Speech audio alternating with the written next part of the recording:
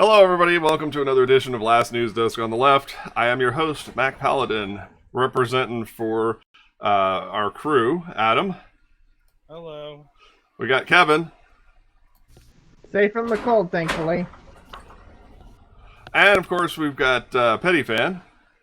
What is good, my homies? The Golics, keeping it real. Not sure how I feel about you claiming to represent me. I own you. And, of course, we got Twilight Winter. Yeah, if I could build a campfire, I would, but I don't want to burn down my apartment. And you're not even in Texas. Indeed. What a way to lead off, right? Oh, man. All right. Of course, as always, we welcome you to our new home here on my Twitch channel. Eventually, I'm going to start uploading the remaining shows to... what is that channel? Oh, yeah, YouTube. That whole thing. That whole mess. That whole mess. I'm making gestures because I'm used to being on camera. I'm making this, like, double swirl jazz hands thing going on here. I'm like, that whole mess over there. Oh, Jesus. All right. Yeah, we got a lot to talk about this week. As the title states, the end of yesterday's news. And we've got Rush, we got Trump Tower, we got snow in Texas. The apocalypse is now the day after tomorrow. Roland Emmerich is somewhere around here. Adam, let's start. All right, I guess we should wrap up last week's business here at the beginning. Yes. That is to say, the impeachment trial of Donald Trump is over, and it was pretty much the expected result. I think the surprise was in how many Republicans actually defected.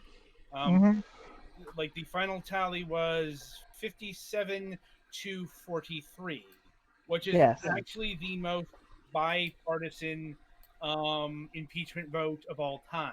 And in keeping with our dad humor, it also showed us how many Republicans were defective. Yeah.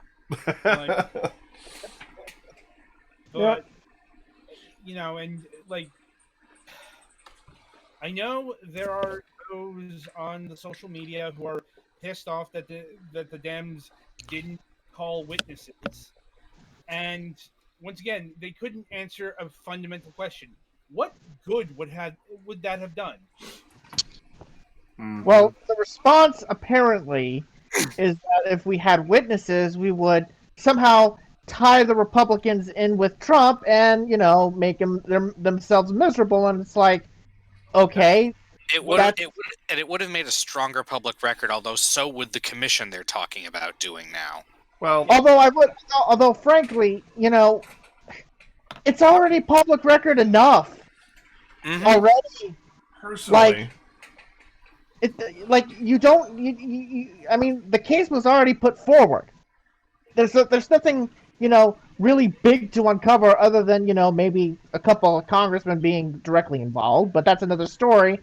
The fact of the matter is that we pretty much get the whole gist of what the deal is here. Trump incited these people. They did what they did. Trump didn't give a damn about the fact that it could have easily led to a massacre in the Capitol building. And Republicans didn't really care about it. So more witnesses would not have probably changed any more minds, and certainly not enough. Indeed. Right. And that is. I complained at Susan, and she pulled through on this one, but she has a pretty good record of pulling through when it doesn't actually make a difference. Yeah. Although the fact is that she voted against convicting him the first time, and even if she did vote to convict the first time, would have made a difference. So that's really not big of a deal here. Although I will say that, at least she came through this time.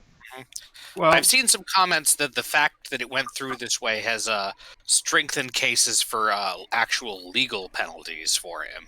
Well, there's two other factors here. Number one, Mitch McConnell himself basically said, And you notice that I'm throwing up in my mouth a little bit when I say this, but he pointed out that the correct legal remedy is before us now, and that is that he should be civilly held responsible for this. He should be held criminally liable for this, and that Congress really had no place in that at this point. Even if they had conducted the trial immediately after the articles were drafted, it would not have ended before he was out of office. And the only constitutional remedy... The only constitutional remedy, because I'm watching leftists go fucking bananas about this on Twitter and on Facebook and everywhere else. And it's like, dudes, Congress does not have any authority to enact penalties beyond removal from office. So what's the point? You know, it's like, okay, you got it on record, you got that he was guilty. However... Not necessarily. They actually do have the power to bar someone from holding political office going forward. Okay, but that is true. But that is their power here. Right, but beyond that, they have a very narrow remedy for what they can do. So what he was basically doing in a nudge wink fashion was, I hate this guy too, so let's go after him criminally. Let's go after him, New York and Georgia and DOJ. I think that's what I think that's what he was saying. It sure sounded like it. And again, that's only if you take him at his word. Unfortunately, he does not get that benefit of the doubt. Oh no, I know I know that, but this was the most explicit condemnation that he's ever issued against this president. I mean, since 2015, you know, before he was president. It was enough to earn the Trump rebuke. Right. Yeah. And he probably did it simply because he wanted to balance the Trump people from the big business people, which are now completely, totally separate wings at this point. Right. And the problem is, you cannot do that now. You can't. Now, there is a second point, and that is that the Democrats were looking at the very real possibility of the Republicans taking hostages against their legislative agenda, which, if they can actually pass their legislative agenda, if they can actually get enough cooperation to move things forward, then that in and of itself is also a kind of vindication. It's not as visceral, it's not as emotional, but it is a type of vindication where they're repudiating his policies directly with these bills that they're trying to get passed. So if the Republicans are basically saying, don't call witnesses or we'll filibuster, they're kind of leaving the door open to say, well, we may be more receptive now if you let this go. Right. What the deal was here was simply that, yes, the Democrats probably did have a list of witnesses. And it wasn't just that congresswoman from Washington State either. That was going to lead to more witnesses after that. There was no question about that. Right. The problem is that the defense, Trump's people, you know, Graham, Cruz, and all those folks, they had their own list, which was probably vastly more extensive and vastly more including irrelevant people. What is that I'm trying to say? That's Trump. Yeah. No, that wasn't the problem. Those irrelevant witnesses could have just been voted down. The problem was the witnesses that they wanted to call were not forthcoming. They would have had to fight that. They would have had to fight that in court. Right. I was getting there. Okay. I was getting there, but all right. Because the Democrats were going to call those witnesses, but they probably weren't going to be as cooperative as Congressman Butler was. Like, might not have had super perjury for them like we would have if the Orange Man had gone up, but they certainly would have they certainly would have conveniently not recalled an awful lot. Okay, well there is one other remedy, and that would have been contempt of Congress. Right, but again. But the legal ramifications of that are somewhat minimal for a person at that level. What I was getting at is that, you know, Congressman Butler would probably gone directly flipped to Kevin McCarthy next. And he probably would have fought any subpoena to him to court, and then probably others that they might have wanted to call would also do the same thing. And that would stretch things over for months. And the key word there is months. Which would have had the same negative effect to the Democrats as the ACA fight. Yeah, that's the other thing. That's the other reason why they were probably okay with ending this. They probably want to This even though they have managed to get a little bit of stuff done in terms of confirmations and stuff, this is eating up an awful lot of their schedule. Right, there were still 9 cabinet positions that need to be filled before the trial started, which is a lot to fill, and they're pretty important positions too. Like Garland, Merrick Garland at AG, and Herrera at HHS, Nira at OMB, and all of these things. Pretty important positions here.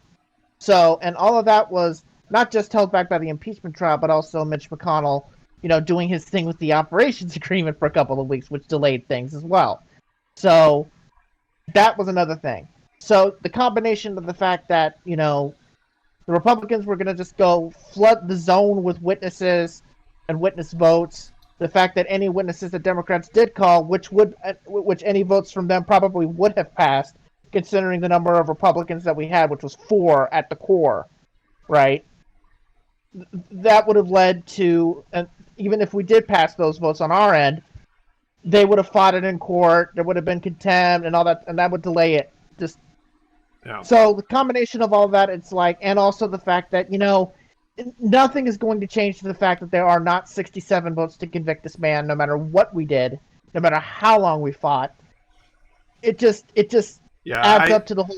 We have to stop it. Yeah, I had to have a conversation with some people on Twitter about the notion about the notion, well, and on Facebook about the notion of enacting Elizabethan politics and locking senators in the tower.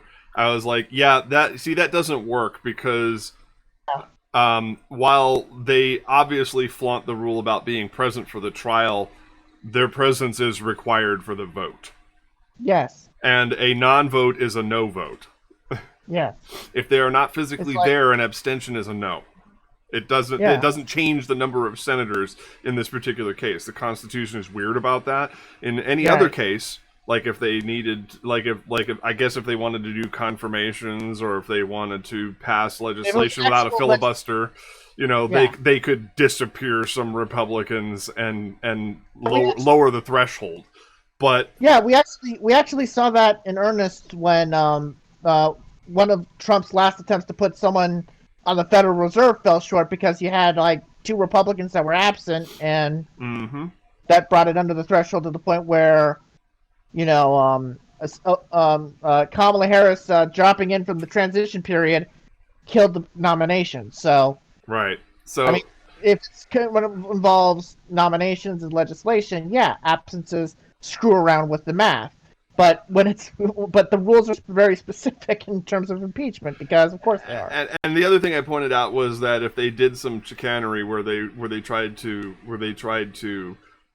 wait until they were out of DC or something like that, and then hold secret organizations of the Senate or whatever, I'm pretty sure that the minute the bodies dropped, the legal challenges would be in court, same day. Instantly. Yeah. So any legislation nominations or impeachment proceedings in absentia would be immediately dismantled. Yeah. Yeah. Just all right. Mm-hmm. So. Right. That's done and is. So yeah, really the impeachment is done, and that's the end of any Trump talk, hopefully, until he decides to do rallies again, whenever that is. Yeah. All right, Adam, you were saying. Yeah, that is the last vestige of the Trump era, right? Put into the history books, and as far as the federal government is concerned. Now, on a personal note, I do have the graphic up. Yeah. Yep. So. Yeah, Trump's Atlantic City casino was imploded today. And, a kindly reminder that Trump bankrupted his casino business multiple times. Bankrupted. Some of those were probably on purpose. Yes. But still, he led casino company to bankruptcy multiple times. That should have been a clue to anybody who was smart and intelligent that this man should have been nowhere near the nuclear button. But hey, Buy in America, am I right, folks? Yeah. Yeah. Scar on the face of Atlantic City is finally gone, although the funny thing is that the Trump Plaza came apart. Meanwhile, the Rainforest Cafe is sitting pretty right there on the floor, so... I'm sure that's a metaphor for something. Mhm. Now, at any rate, we should move from the Trump to Brand name to the to originator. to one of his close allies, because just today I'm not sure what the exact word to use here. Not anticipated, expected, long awaited. Long awaited, I think, is the news, because Rush Limbaugh has finally. No, I think it's expected. Yeah. Expected is probably the word to use here, considering that he was stage 4 terminal. So. Yeah, Rush Limbaugh has been fighting, or had been fighting, stage 4 lung cancer because he was a heavy smoker. Back in the 70s and 80s, when he was a failed disc jockey spinning top 40 records and disco records. I think far beyond that. I think up to the 2000s, and he was a pretty strong advocate of smoking. He was strong.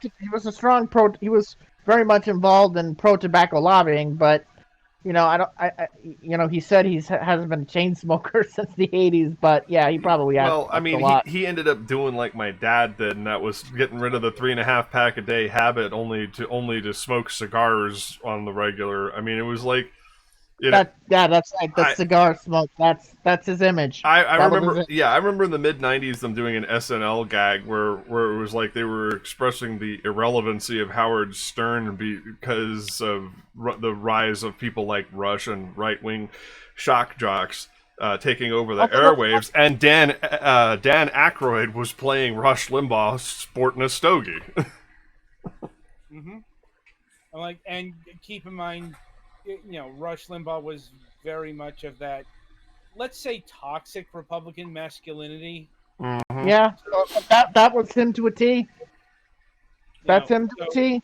Not surprising he stuck with the smoking for far longer than what society would have deemed acceptable. Yeah, I mean, that Time magazine cover. That Time magazine cover from, I think, was 94, 95. Yeah. I mean, that being said, he did his show up until this year? Well, I mean, wasn't he literally doing his show up until he was physically no longer able? Yeah, he did. He did his show. He took the holidays off. He came back. He then did his show up until 2 weeks ago, and then that's it. Yeah. And I think he's been using guest hosts, and it's kind of the. And those guest hosts are very much not big names, but rather B, C, D, names. Well, even on his deathbed, he can't allow anyone to outshine him. Yeah, I mean. Fact of the matter, and it shows, because the fact of the matter is that they're pretty much going to be doing best of stuff for the next probably 2-3 months. I mean, which is insane, because this is literally the guy that is the staple of conservative talk radio, and there was no plan in place for him. Well, he's been sick for a year. Evan, This is the evil twin to the Alex Trebek situation. Mm-hmm. Yeah. In fact, it's really similar to the Alex Trebek, only Although only creepiness. Well, the difference is that they at least have some level of idea of who they wanted. Because there's always been a list of names that they've had in their back pocket for this exact moment. That's the difference here. Right, but where it's similar is, they're both names you can't just drop in. Right. you just can't drop in a new person. Yeah, I mean, they've been Right. talking, it's like they were talking about Ken Jennings taking over Jeopardy for a long time. Like, as soon as Alex Trebek announced it, he Although- was on the short list, but He is one of the Although- stand-ins he today. was polarizing because of the fan backlash saying, no, he's not a good host. Although I would also note this as well. That another thing involving Trebek and Limbaugh here is that Jeopardy is on a certain schedule in terms of taping, in terms of the season itself, right? So it's like he died. Trebek died like in December, so that that screws everything up in terms of tape scheduling and everything else. Well, So there's a lot of right, things but- to consider in terms of replacing Trebek, other than simply replacing him in names and getting the replacement. It's also when exactly he died in terms of the season. yeah, but you know what else? There is one other thing to consider here, and that is that they had a lot of fucking time in both cases, and it showed Right. they had a lot of warning, they had a lot of time to consider this, and they're still in both cases flailing about trying to decide who the final host will be. Because it's not that easy. It's not that easy to replace a personality that is beloved by their fan bases to such a fervent degree. Although again, I will say, again, I'm going to say this. It's like when in terms of Trebek and syndicated television, like it goes by seasons and contracts go by seasons and years and everything else, and it's like as opposed to Rush, who was personally yelling into the microphone for a couple hours every day. right, and it's seasons like that start in September and end in the summer, like it ends on a specific date. Right, so Yeah, they don't do it every day. They do 3 or 4 in a day.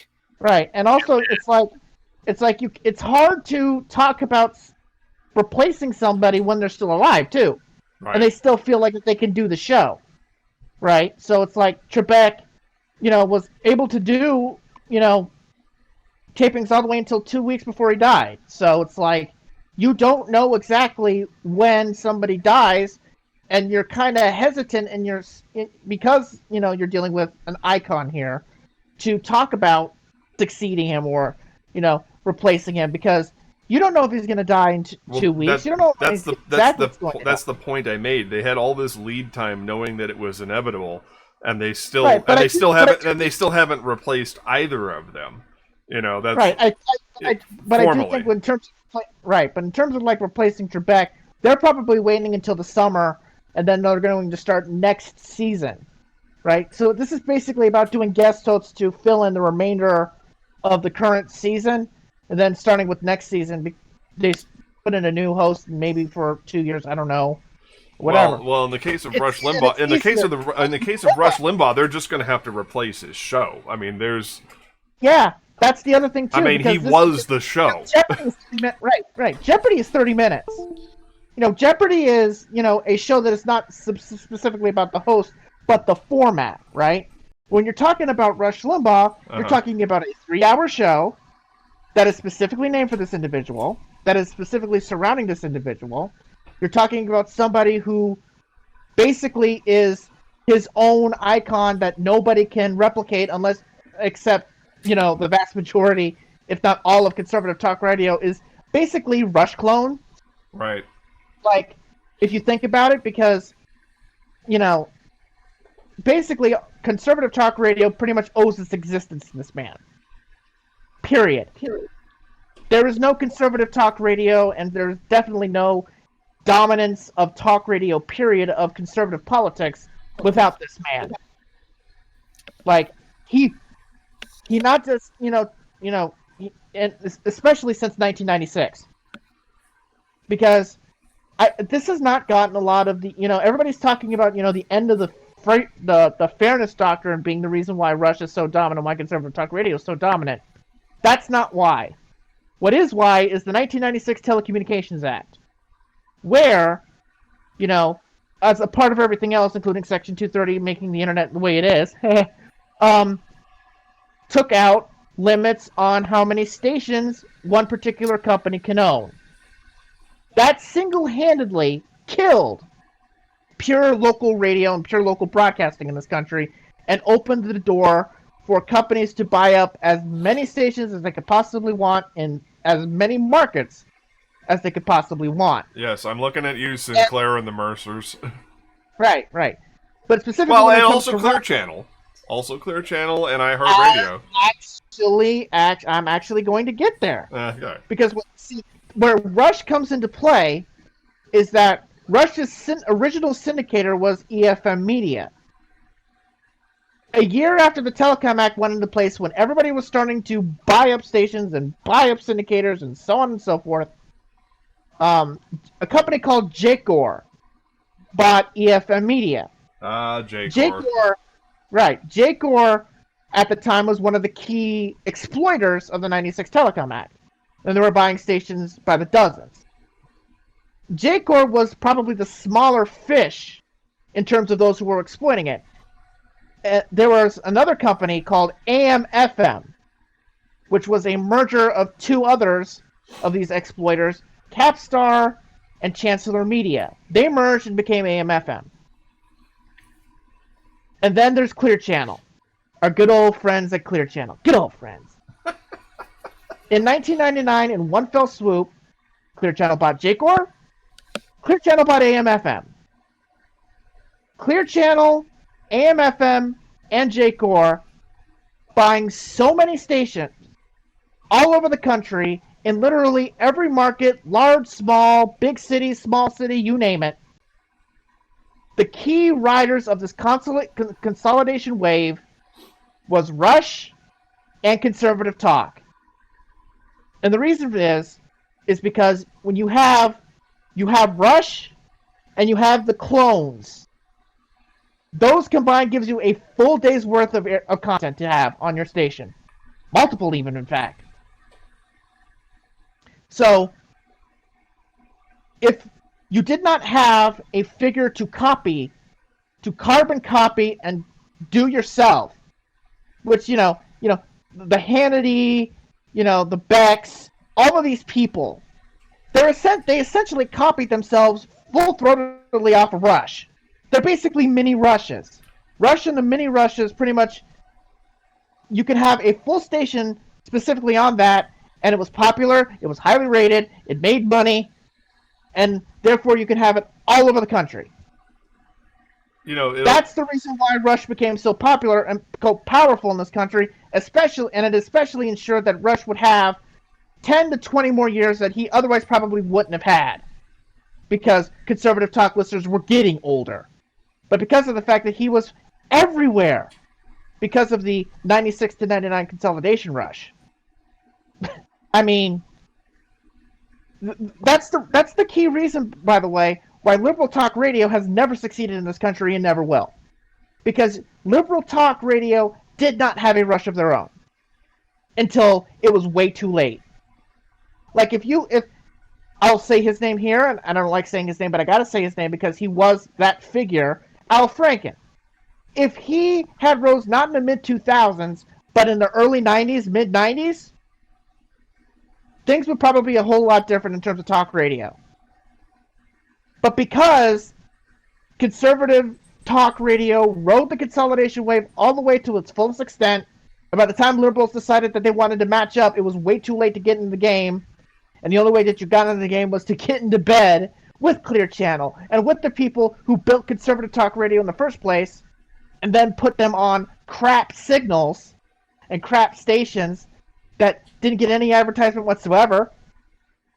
And when all the advertising money went to the conservative stations. See, Rush showed that hatred and xenophobia and sexism and misogyny and all of this stuff sold, made money, got highly rated, and was, when it was not controlled by you, pretty cheap, although it got expensive over time. Right. Because of that consolidation. But Rush showed that hatred sold. Rush showed exactly how you could become popular and make money. That's why you had all the clones. And then Rush and his clones rode the consolidation wave to power. And it showed how, and he showed you how conservative media, could be so successful, and ironically, Roger Ailes did Rush's television show because he had a late night talk show for a couple years. Okay. That talk show directly led to Fox News. So really, conservative radio, conservative television would not exist if Rush Limbaugh had not rose in the early 80s, early 90s.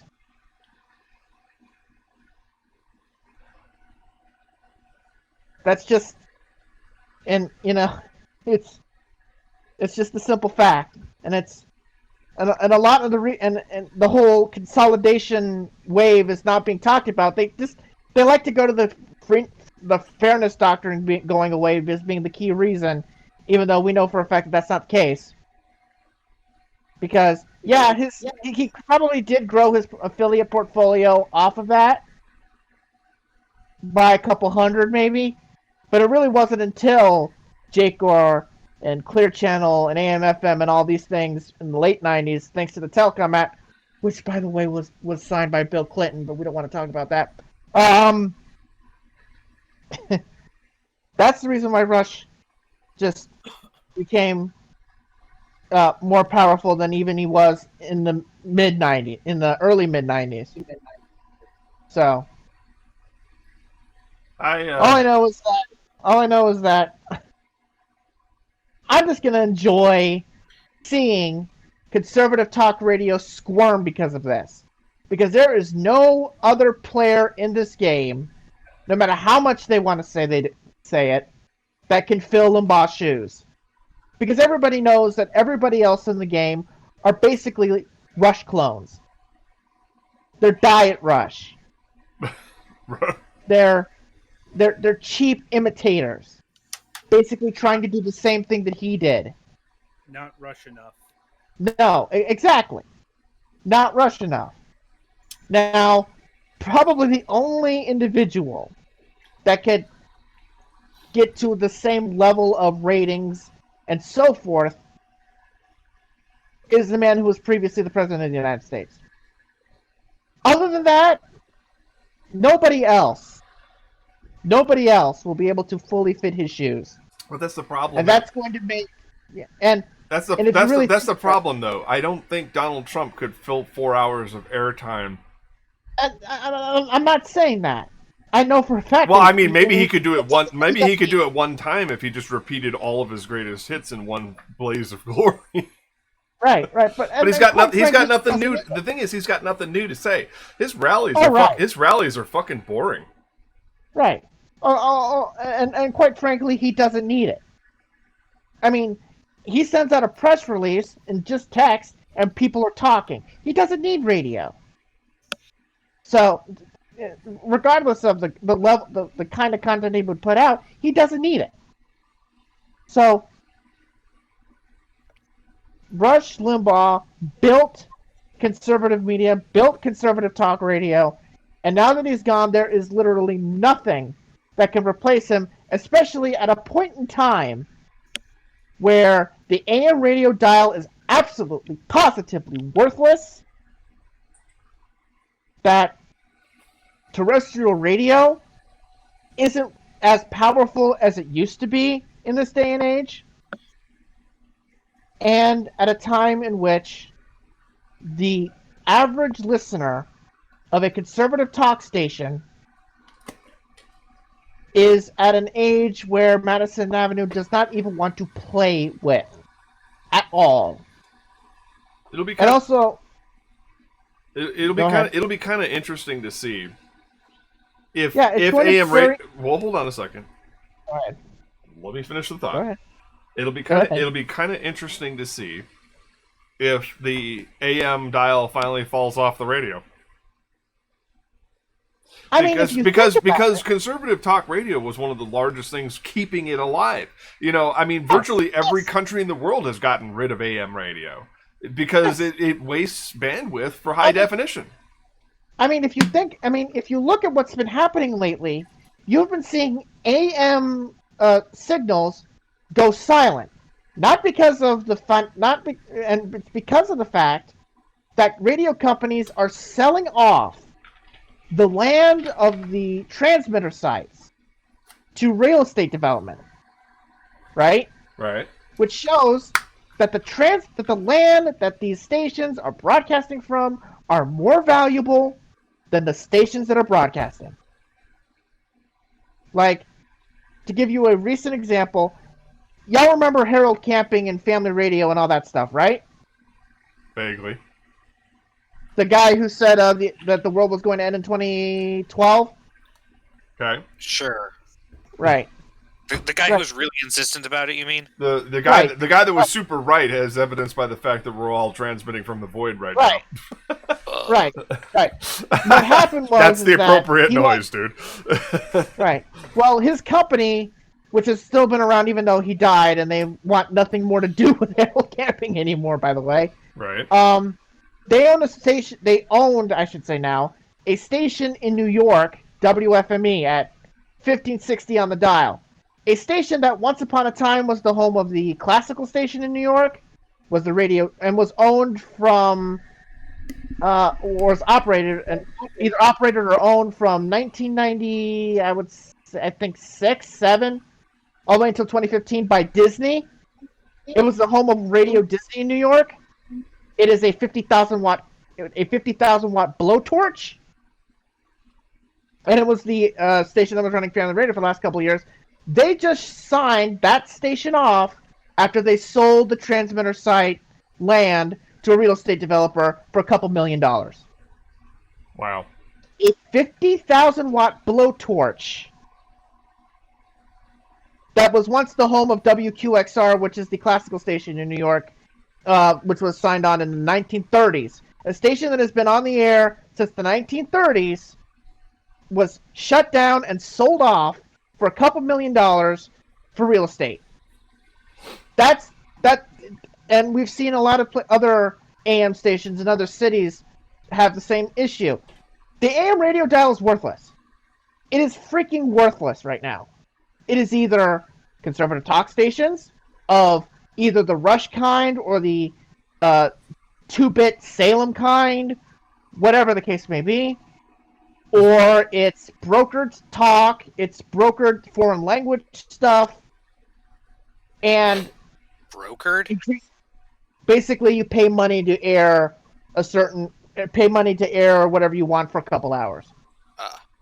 Right. That's almost, what brokered almost is. like public access, only more capitalistic. Yeah, exactly. It's foreign language, it's religious, so on and so forth. It depends. But the AM radio dial. Wait, right. What? I didn't hear what Adam said. Yeah, it's also known as barter capitalism. Right. But the radio term that we use, that we geeks use, is brokered. Is broker talk. So it's either broker talk, it's religious programming, it's conservative talk of either A quality, B quality, C quality, whatever the case may be. And increasingly simply being the AM side of an FM translator station, where the FM station and the FM frequency is the one that's being promoted. So the AM radio dial is worthless. And Rush Limbaugh dying and literally nobody even coming to his level, is going to only exacerbate that problem. And it's going to be really fun over the next few months and years to see the conservative talk format come apart because of old age, because of the fact that everybody's a Rush clone and doesn't even come to the level. They need him to script their material. Yes. Yeah, pretty much. To set the proverbial radio legislative agenda for them. Right, because if you think about it, Sean Hannity, Afternoon Drive.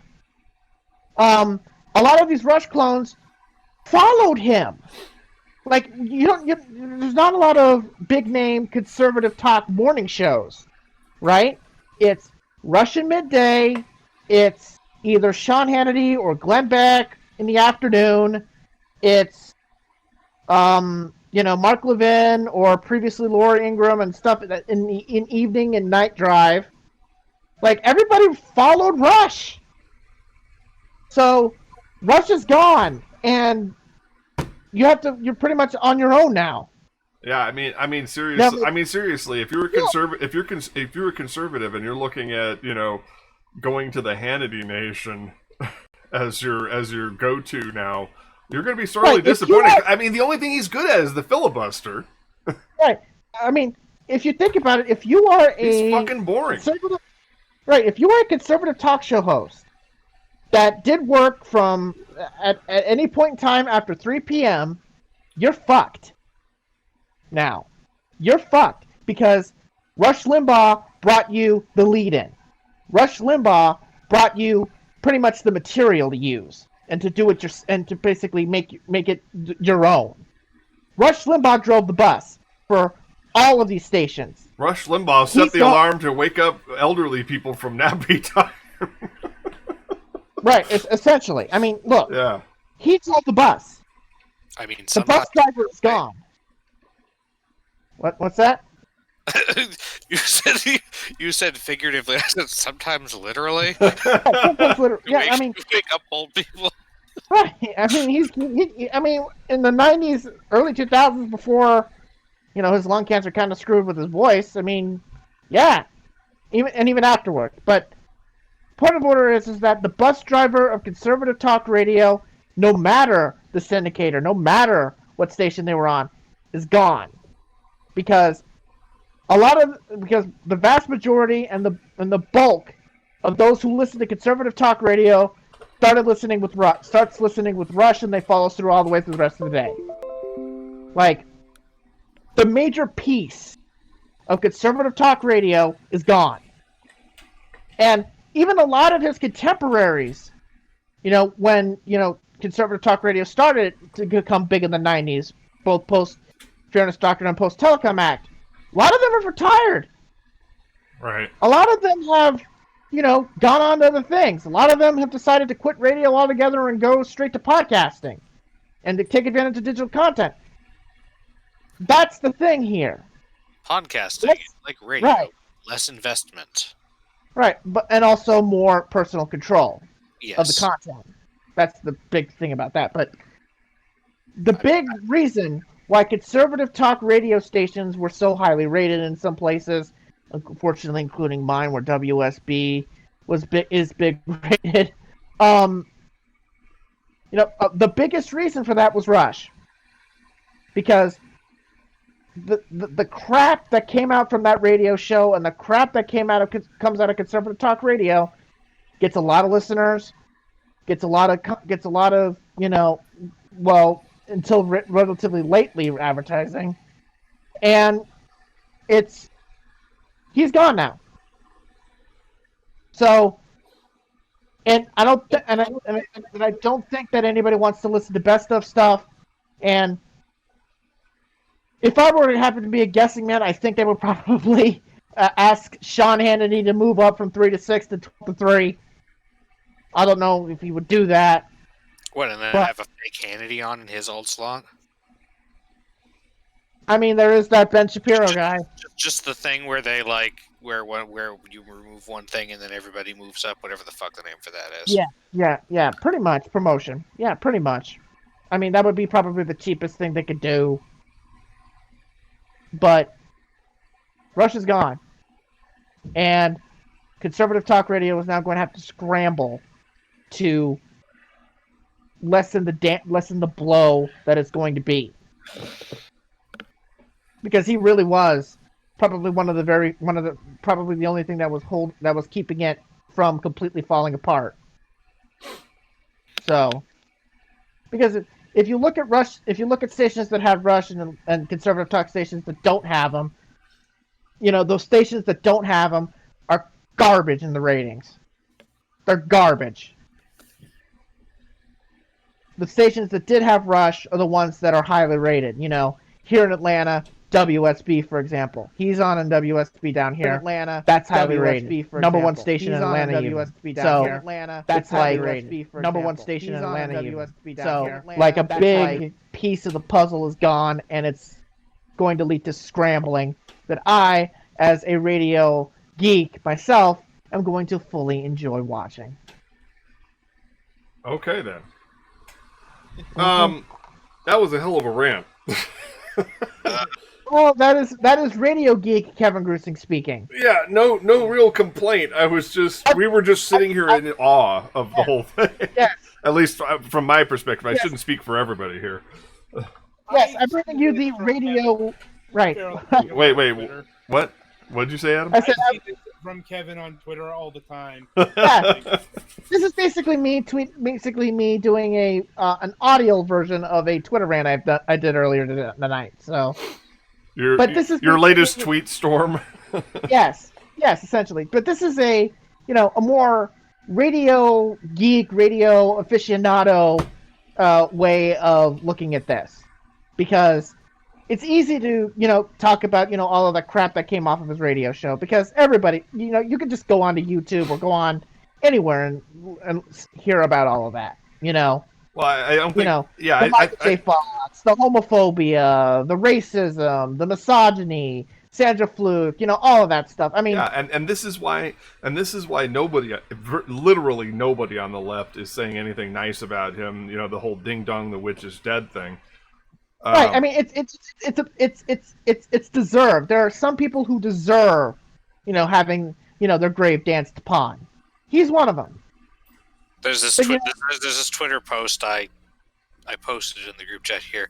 For everyone about to tweet out a joke or otherwise revel in the death of Rush Limbaugh, I just ask that you pause and ask yourself, am I going big enough? This man was a demon. Don't hold back.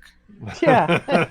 I mean, you could post, you can go, what everybody else is doing and pointing out every single moment, that he's been a piece of shit. I mean, the list is endless, dating back all the way to 1989, 1990, 1991, etc. You can go all the way back. I mean, dare we invoke Godwin's law here and say he is that of broadcast radio? I don't think so. No. No. I wouldn't really go that far, although You like how I slid the implication in there without actually saying it. Yeah, you say Godwin's law, and people who know what Godwin's law is know exactly what you're saying. Yeah. So, but I mean, it's probably easy to, but I personally probably wouldn't. I mean, he's on the far right, no question about it, but it's kind of hard. He's not the grand of anything. No. I mean, I guess you kind of have to counterweigh killing a lot of gay people versus just celebrating their deaths. Exactly, yeah.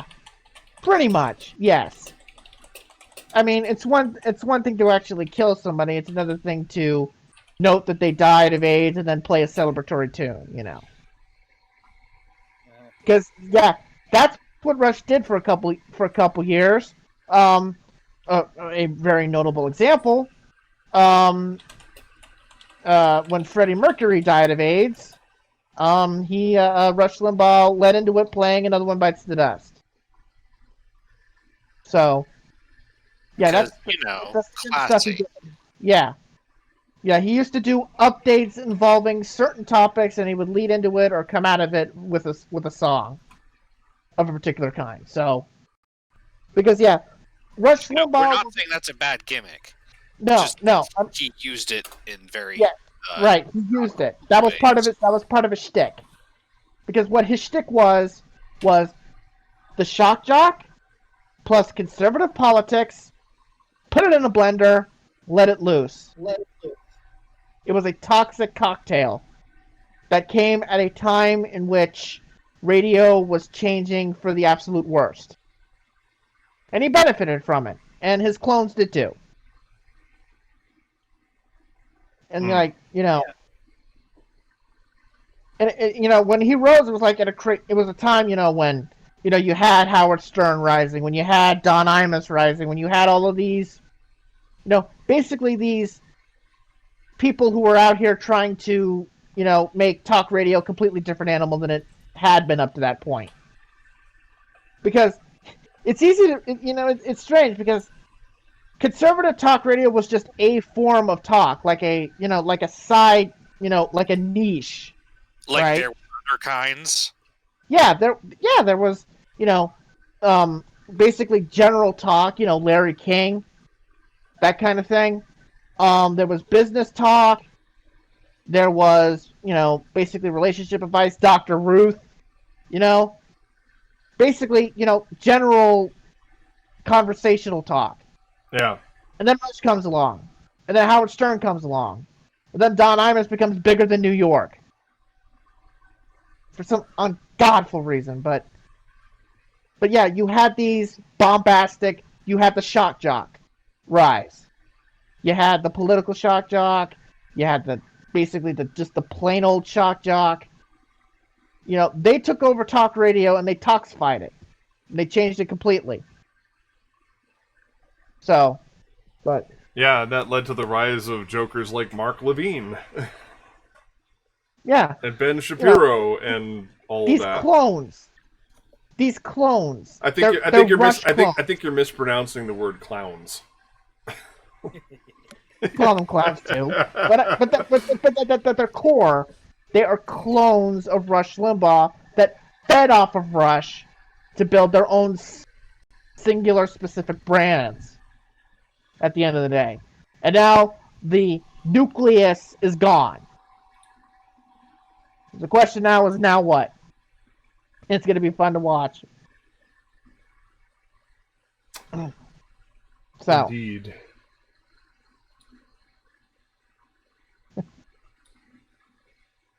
So, where to next? On the flip side of the equation, especially since he's our current president, focus in on Joe Biden a bit. Yeah, because he had the town hall yesterday, mm-hmm. and right. So the big controversy that's been emerging out of that is the whole student loan discussion. Mm-hmm. Joe made an interesting statement before you get into that. He was, well, you know what? Go ahead and say what you're going to say, and then I'll add my 2 cents if you don't cover it. It's like basic framework of the conversation that's going on is Biden has stated that once again that he is not going to invoke executive action to cancel $50,000 worth of student debt. For context, he specifically said that he believes he has the authority to cancel up to 10,000, but that 50,000 would require congressional action. Mm-hmm. Right. Because 5 times the amount is a pretty substantial uptick in price. Right. So I am wondering where the 10,000 is coming from. Like, what? There's probably some rule in executive order. Like, I mean, I'm sure either records of precedents of executive orders or regulations about the scope of executive orders and how much direct budgetary impact they're allowed to have. I think he's probably, consulted with his, counsel, his lawyers, because that's what you do before you do writing of executive orders. You have to talk to the lawyers and, see what you can actually do. Right. I do believe that he will have some actual foundational basis for this because, that like Biden believes in things like facts and process and all that stuff. Right. But, novel though that may sound. Right. I'm like, that was, we're coming off 40 years of Trump, okay? Yeah. These are things you have to fucking state. Yeah. Just, But anyway, so the left did their predictable thing, and they're all gnashing their fucking teeth over Biden's comments, and and it's not just like very online leftists. There's been a bit of a congressional back and forth. So here's my take of some degree of elevated temperature. I think it's acceptable and in fact important for people to some extent be upset about this and be angry and think that more needs to be done. However, I think that it's not uncommon for people to go way over that level on how much they argue about it. Did Joe?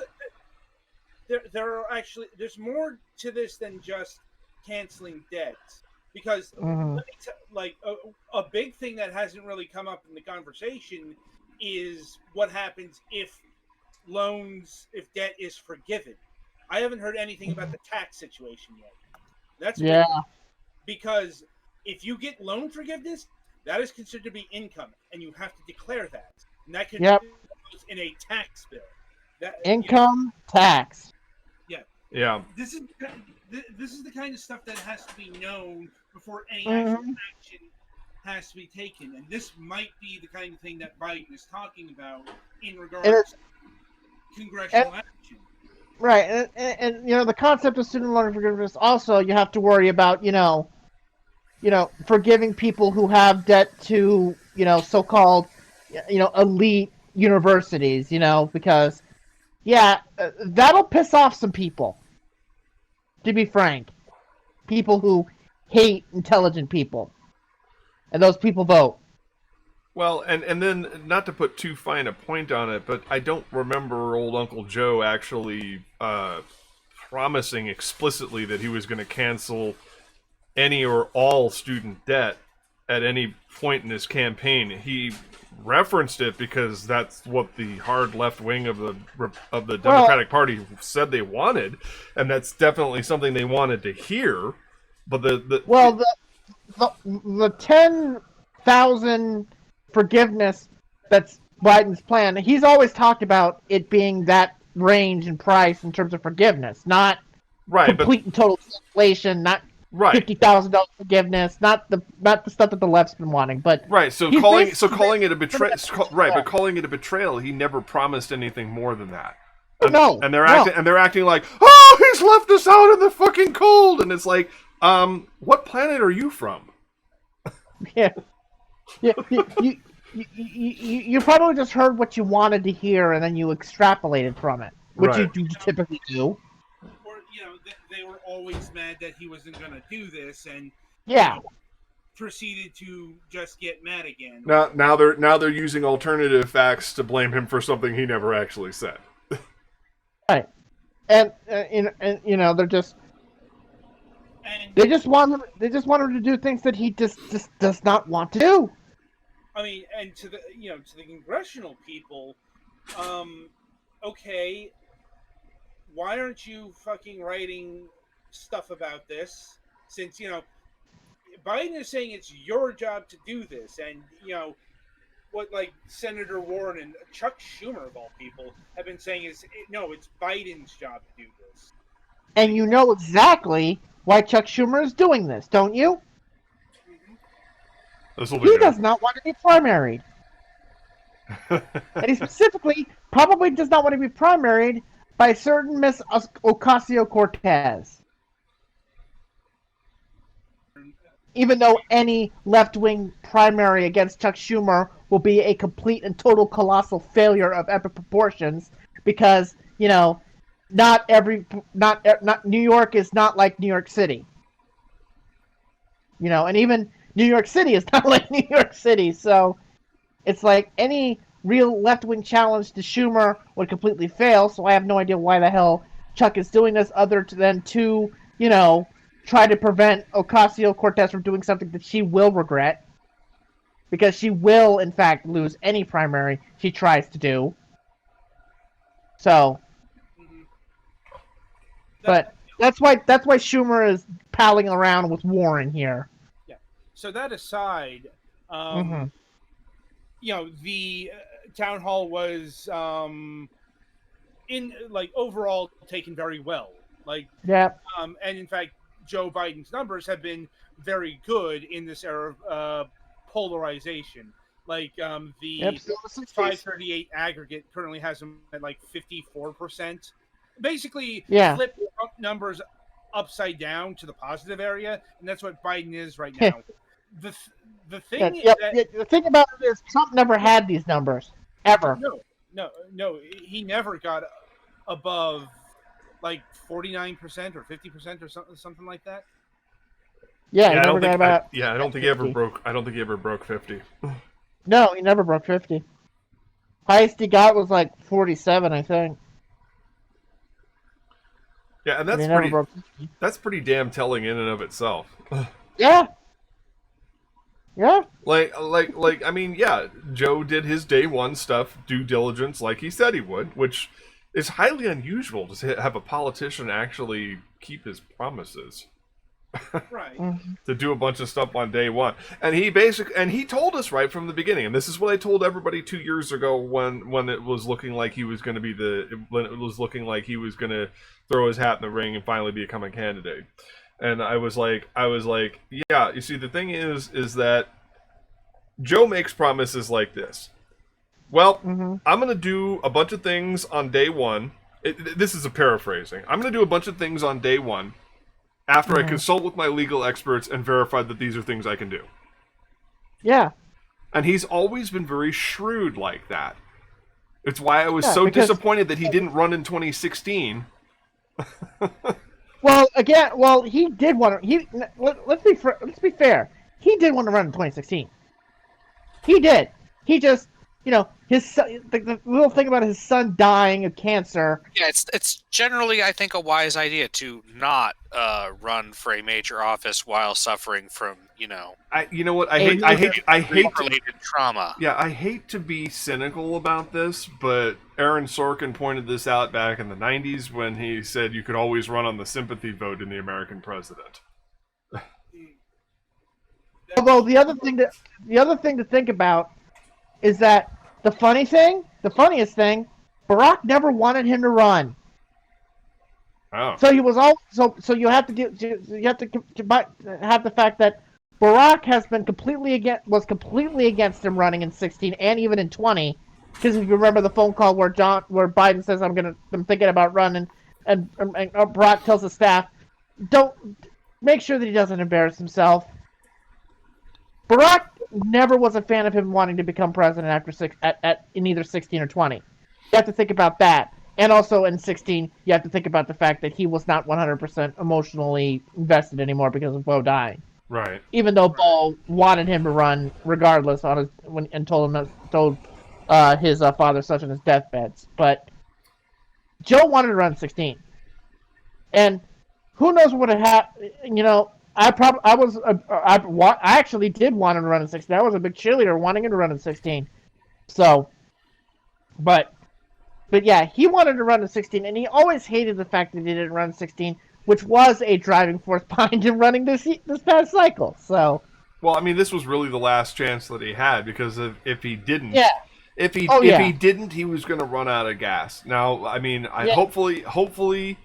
God willing, his health maintains and he's strong enough to run again for re-election in 2024. But I do think that he will have a good sense of where he is come 2023 when he needs to make that decision. Never mind 2024. Yeah. 2023 is when he's going to make that call, because you have to get things going in terms of fundraising and other things, so on and so forth. And if you decide that you don't want to run, that you allow for the field to build up. I'm just saying. I hope he's got Sanders energy. That's all I can say, because Sanders is almost 80, and he's still going strong. The fact that he did pretty well this cycle, that pretty much shows you that he knows how to swing it. So yeah.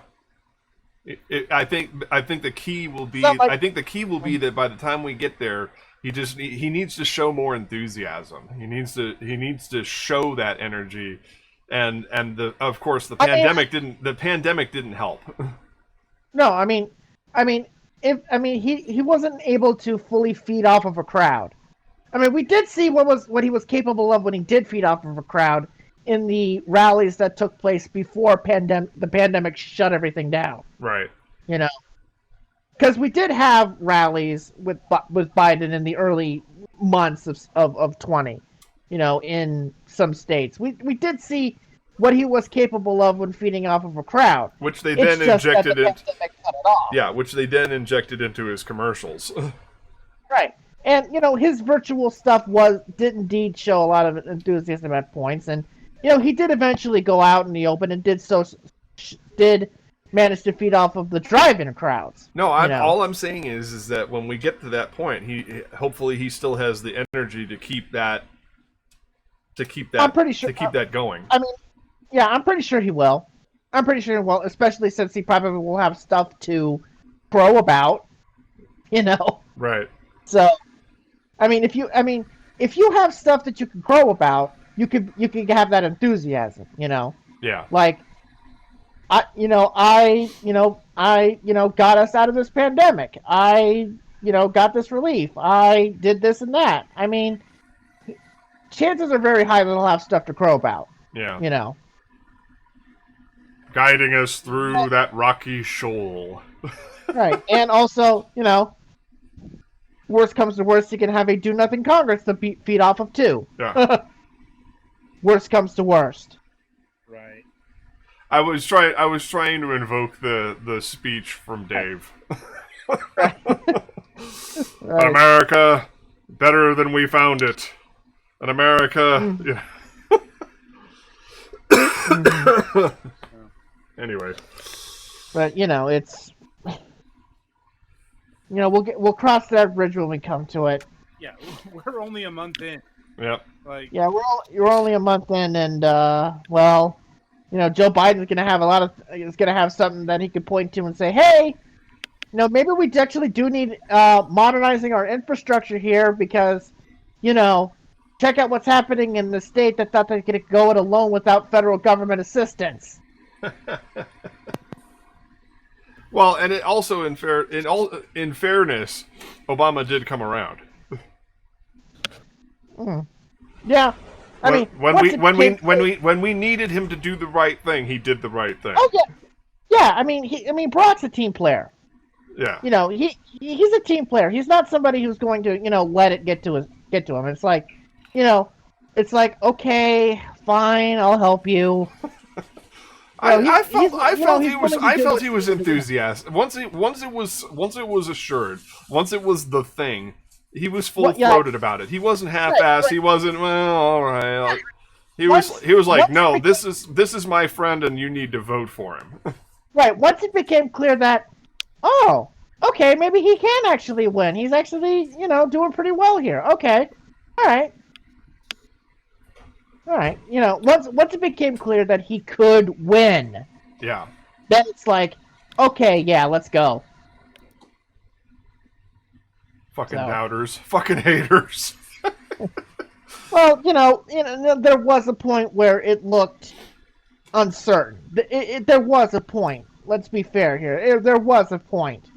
Well, if Trump hadn't fallen down with the fucking pandemic thing, who knows where we'd be? That's right. That's another thing to consider.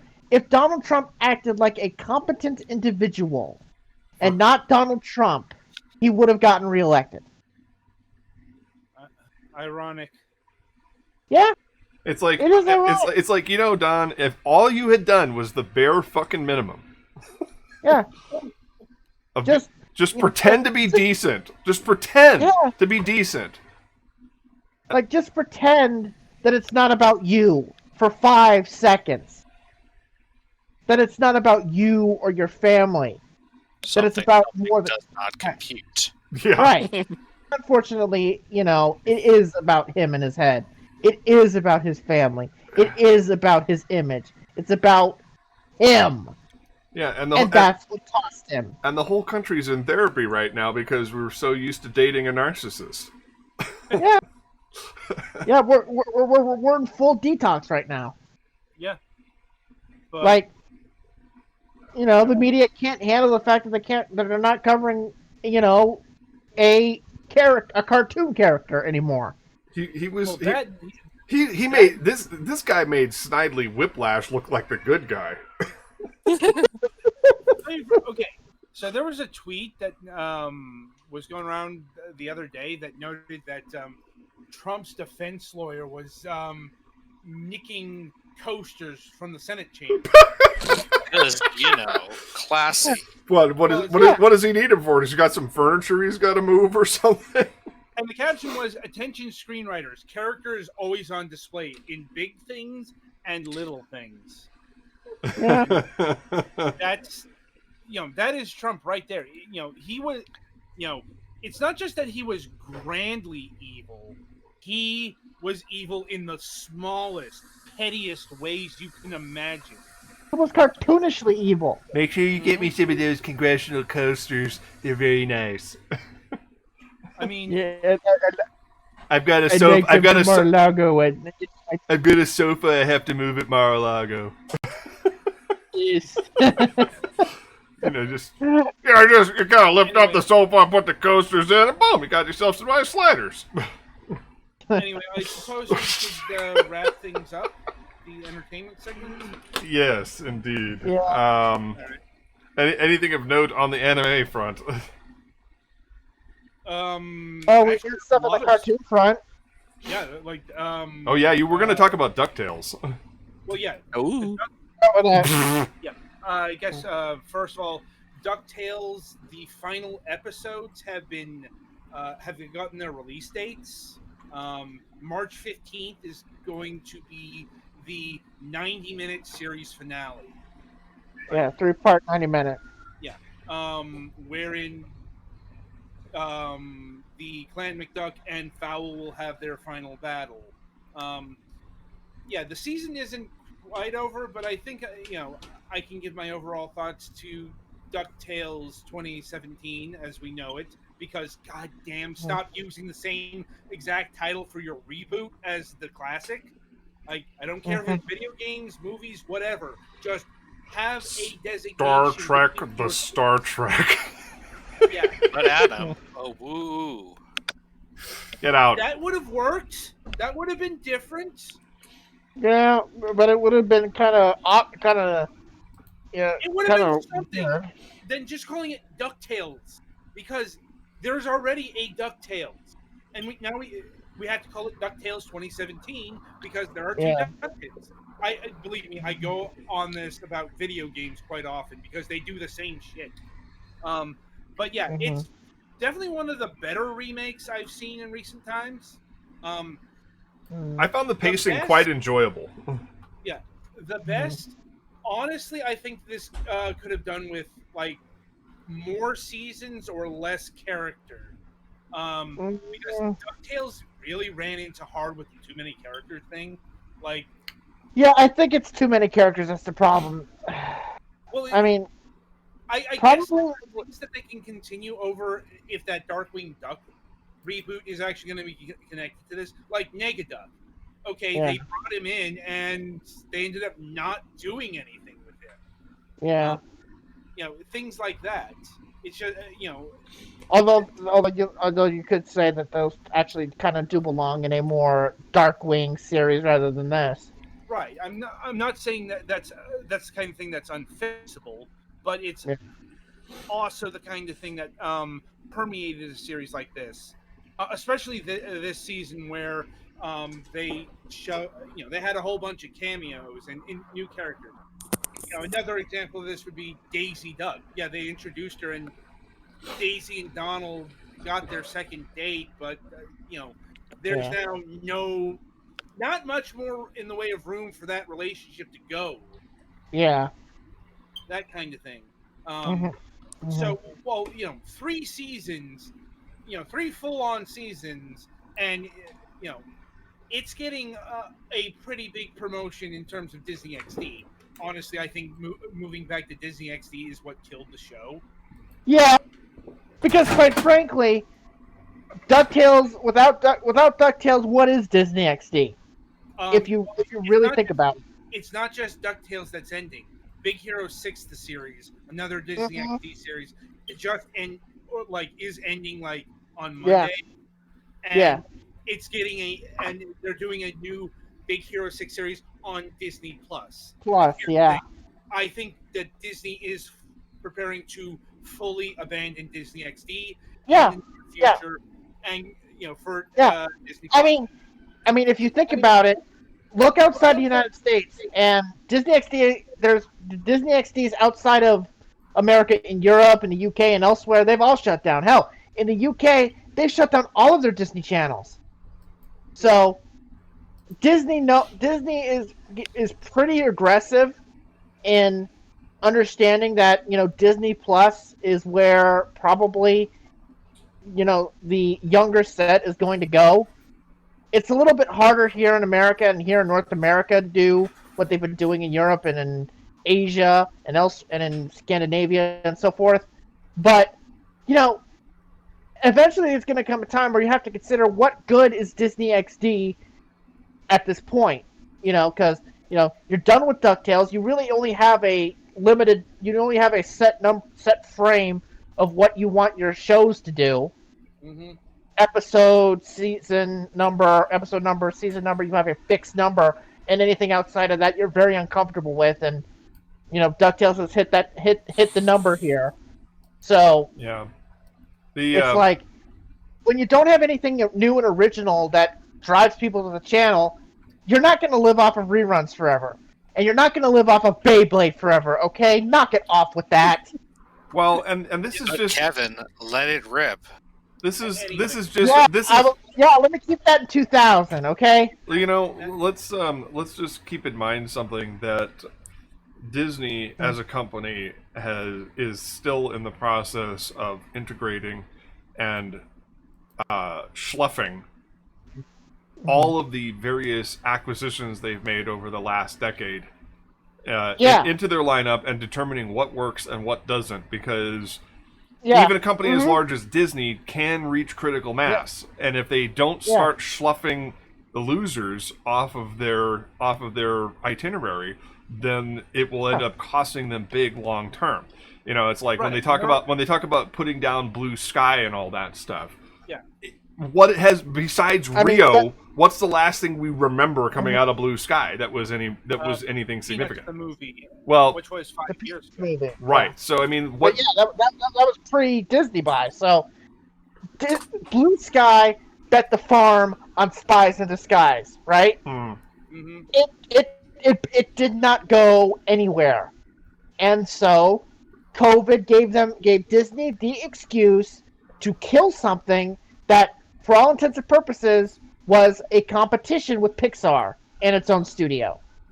It can handle 2 studios, it cannot handle 3. Blue Sky, it was always going to be like, it was always going to come to this, because Pixar and Disney proper are the things that are creating the movies and IPs and franchises and so forth. Blue Sky ain't going nowhere. And they could easily just take the Ice Age or IP, just bring it home, because that was their big thing. Ice Age, that was their big thing. Yeah, but I mean, it can all move under the Disney label or the Pixar label or whatever. And in fact, it is, because they're doing an Ice Age series under the Disney umbrellas, under the Disney brand. So yeah, it's like, bring in the only IP that you have, bring it into our house, kill off the rest. That's how it works. Yeah, and it's like Disney is being aggressive in, you know, trying to make this modern environment work. Well, it's especially because Disney's main line of money isn't their media properties. It's their theme parks.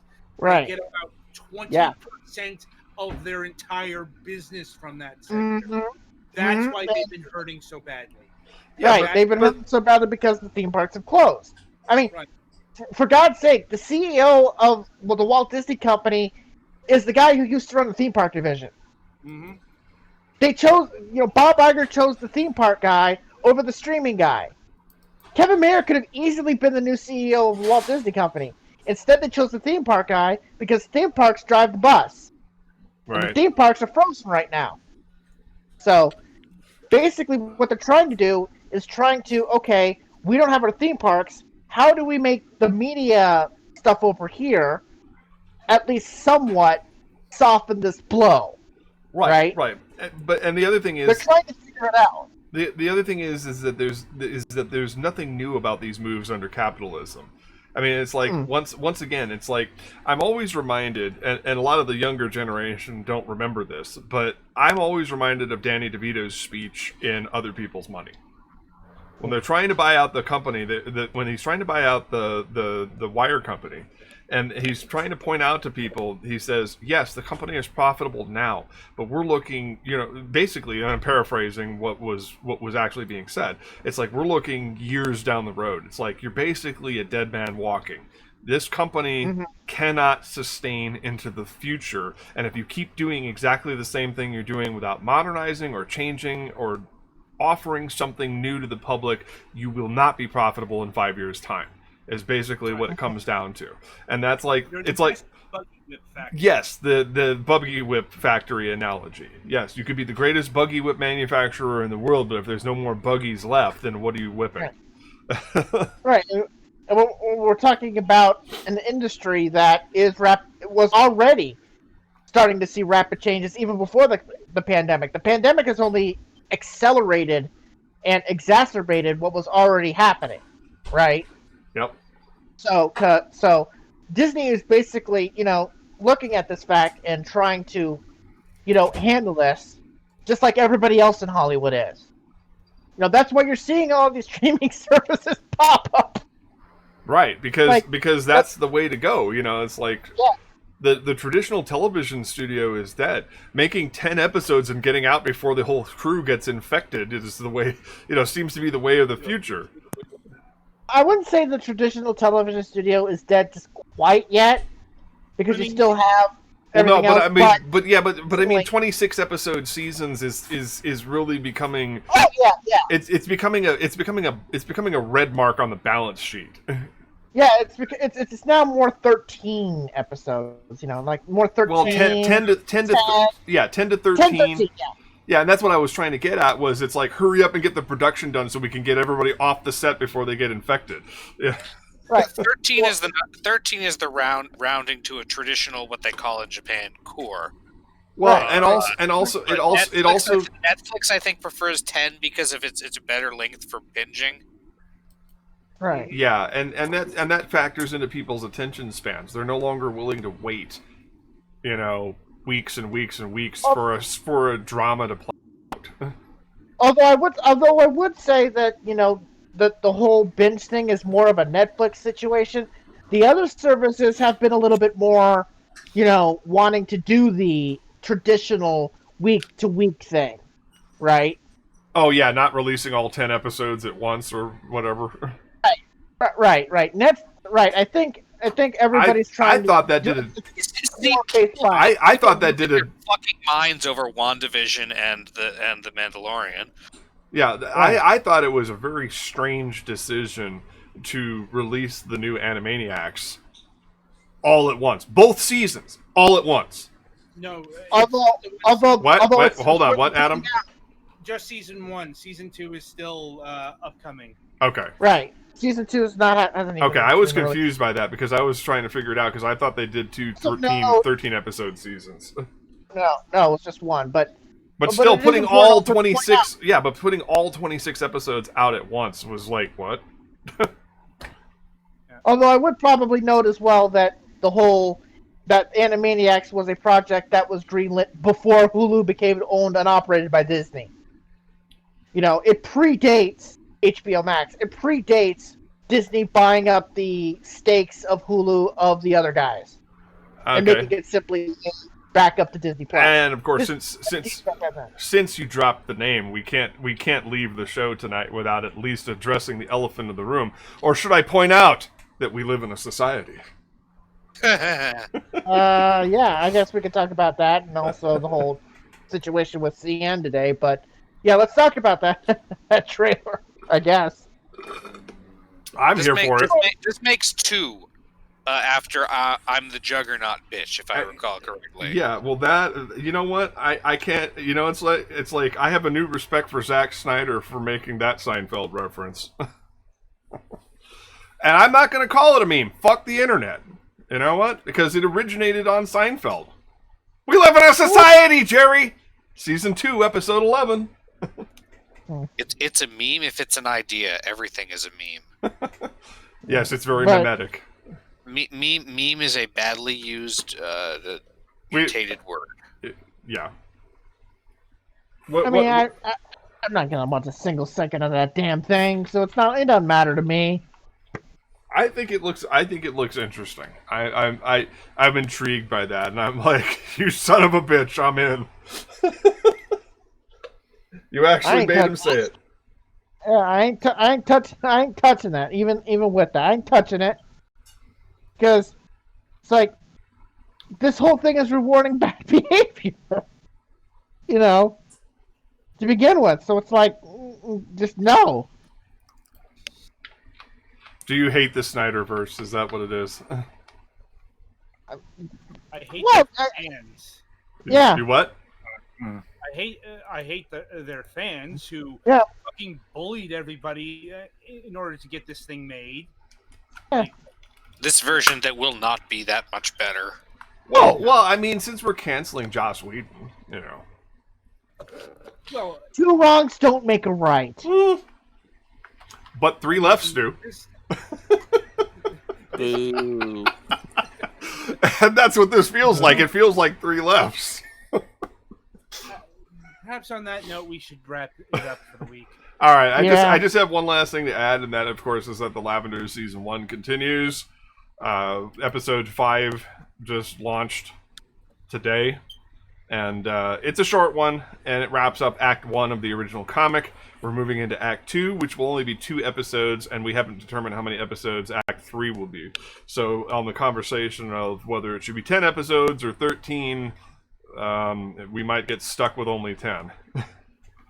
But other than that, it seems to be doing pretty well. People are checking it out. We're not getting hits by the thousands, but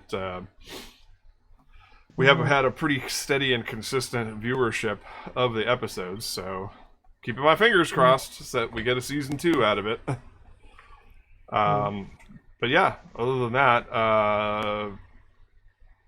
still obviously updating the Twitch channel here, and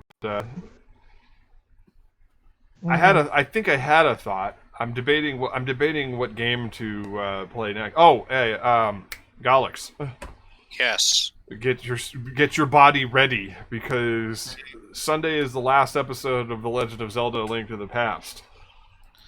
Gotcha. I will be ready. I've been hearing from my friends that some ways in which MS Saga is not so good, so we can enjoy that together. Okay, indeed. It came up totally independently. That's interesting. That is actually very interesting. But it might be not okay in a very comical way that we can exploit, We can hope so. Yeah. Other than that, yeah, I almost completed Legend of Zelda: A Link to the Past this past Sunday, but unfortunately I couldn't beat Ganon before I hit that psychological wall. I tried him twice using a save state, and that's how I'm going to do it, is I'm just going to keep reloading the save state until I win. Are you reasonably well equipped and stuff? Oh. Yeah, I just don't want to keep going back and collecting rupees and buying more potions and starting over again. It's too tedious for a stream. Okay. I've got full item completion, and I'm only 2 container hearts short of the maximum, which is actually 4 more than I had the first time I beat Ganon. So, Yeah, I've seen a lot of people make it look really easy, but I also remember having a really hard time with it as a kid. So I had almost gotten the pattern on the second try, and then I hit that frustration wall where I actually bashed my controller on the desk here. And I was sometimes I literally find that sleeping on it helps when that happens. yeah, so that's basically what I'm doing, is I slept on it for a week, and so Sunday I will go back at it and finish the game and give the ending, and I don't care if I get any content IDs on the ending. But that'll be it for Legend of Zelda: Link to the Past, which will mark our first complete playthrough of a game on this channel. So I'm pretty excited about that. That's actually kind of a big deal for us, because everything else was just, fucking around. I kind of left, Star Trek. yeah, well, and Star Trek, but I kind of left the Bahamut Lagoon fans on the hook, and I will get to that eventually. But I want to do this thing because we're doing this whole thing where we're bringing in different members of the crew in order to create a stronger bond and tie between our various shows and our channels. And this, like I said, Twilight's been joining us with APB on Mondays, and Galix.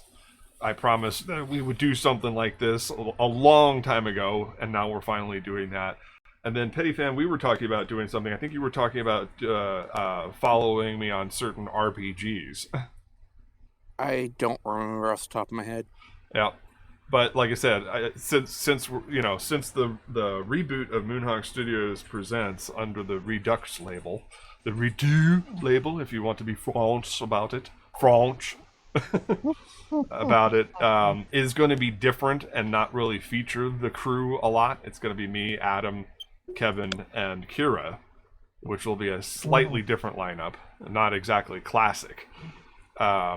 So I want to make sure that you guys are involved in the channel in some way above and beyond Fragments of Silicon on this show. So that way everybody gets their opportunity to shine, and they get to show off the knowledge and experience they have in an area basically of greater expertise, if that makes sense. Yep. So that's the plan. And of course, Adam and Kevin, you guys pretty much dominate the Twitter scene as far as our group in terms of entertainment news and commentary. So, I mean, that's why it seems more appropriate to have you on MSPR.